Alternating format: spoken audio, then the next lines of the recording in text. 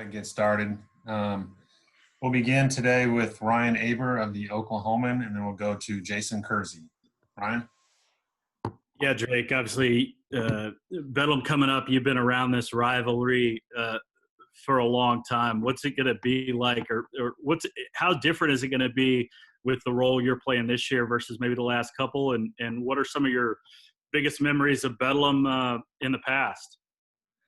Yeah, I mean, I've been around it for a long time. It's definitely a great rivalry, and I think I'll just continue to do whatever's asked of me and fulfill whatever role I have the opportunity of playing in the game. And this year, I'm having a little bit of a bigger role, and so I'll be ready to fulfill that to the best of my ability and prepare well. So I'll be ready for the opportunity. And any memories of this rivalry stand out to you, whether it's growing up, anything like that? Definitely, there's definitely some good ones back when we scored last minute with I think touchdown to Jalen Saunders. It was from Blake Bell, threw a touchdown to him to win up in Stillwater that one year. That was a great game. Shoot, I remember a bad memory when Tyreek Hill returned a touchdown to win the game. I remember that one. Shoot, I remember them all, but I'm not going to talk about it. All right. Appreciate it, Drake. All right, let's go to Jason Kersey with The Athletic, and then Eric Bailey. Yeah, Drake, you've seen this offense operate at its best and maybe at its worst. And I'm just wondering, the last couple of weeks, what do you think has been different for you guys that you've been able to go score 60 points? Right. I think we're starting to click more, and we're starting to play more complementary football. I mean, we're having a big special teams play here or there, whether it be on kickoff coverage, tackling them inside the 20, giving bad field position, or covering punts well, or getting a good return, giving us good field position. And that definitely helps. And then definitely our defense is just, they're creating more turnovers, which is huge for field position and just kickstarting momentum. And then also on offense, we're just playing more 11-man ball. You know, every man concentrating on just doing his one individual job. And if you get 11 guys doing that, I mean, any play should be a pretty good play. Thanks, Drake. Yeah. Okay, Eric Bailey with House of World, and then Joe Bettner. Hey, Drake. Jaden Hazelwood's quick recovery from a serious knee injury has really been impressive. How much did he stay engaged during his rehab, and how excited were you for him to get back on the field?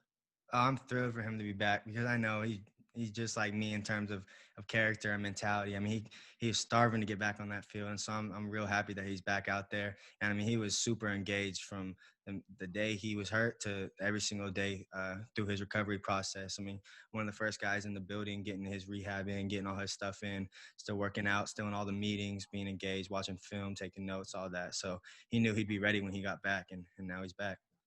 Thanks a bunch, Drake. Appreciate it. Okay, Joe Bettner with the Norman Transcript, and then Parker Thune. Hey, Drake, I was curious, since you've been at OU, if you could speak to what you've seen Creed Humphrey, the leader maybe that he's grown into, and just what he kind of provides for you guys as far as a team and offensive leader. Oh, yeah, Creed's a great leader. I mean, this is the way he is. He can't help but lead. And he first of all, lead by example, you know, being one of the hardest workers. I mean, pushes the most weight in the weight room. I mean, will never quit on anything. And then also he's gotten more vocal as he's been here for a longer period of time. And with him being our center and just you see it on the field, he throws guys around like rag dolls, and that's definitely what you want out of your leader. Thanks, Drake. Okay, Parker Thune with SI Sooners, and then Kerry Murdoch. Yeah, Drake. So you, Austin Stogner, and Theo Weiss are really – you seem like the guys that Spencer's looking to on third downs more than anybody else. Is that something that you take pride in as a wideout, your ability to get open on third down and be able to move the chains? Devin, I just take pride in pretty much every single route I run, and even a lot of people look past it, but even just blocking, I'll look at blocking as routes too. I mean, you're either going to win or you're going to lose the same way you're going to win or lose on a route. And so any down I'm running a route, I want nothing more than to get a great separation, catch the ball, and go score. So third down, it's just you turn it up another notch and try and really, really get open, because you know that's a big key down to keep the drive going. Okay, Kerry Murdoch with Sooner Scoop, WWLS, and then back to Jason Kersey. Hey, Drake, growing up around the game, do you remember an age at all when you kind of developed an appreciation for, I don't know, the drive that you had to have to play, football at this level, or Maybe were there players that, in the past that kind of helped you or took time out to talk to you about, being a great player, becoming a great player? I wouldn't necessarily say I ever like really just like sat down and had like a heart to heart about it with anyone, but growing up from shoot, I'm not really sure what age, but it was a real young age. I could see being around the workouts or being around practice or being around how hard the coaches coach the players. Like I could really see like the work ethic that was needed and the discipline and the focus and the commitment that was needed to be a good player within this program. And so I definitely grew an appreciation for that. And shoot, yeah. Do you remember like a grade level or something where you really started thinking to yourself like, okay, I want to do this. Right. Well, yeah, I always grew up. I just idolized like college football players. I just thought they were like superheroes to me, pretty much. Instead of superheroes, I idolized like football players, and so I wanted to be like them. And so, how do you be like someone? You watch them, you observe them, and you try and emulate exactly what they're doing. So even as I'm younger, I'm not quite at that level yet. I'm gonna try and emulate that work ethic, the way they run routes, the way they focus, the way they sit in meetings, just everything.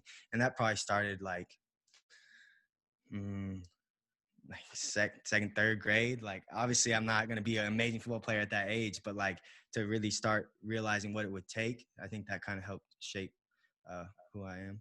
Thanks, Drake. Mm-hmm. Okay, just a couple more. Let's go to Jason Kersey and then Dean Blevins.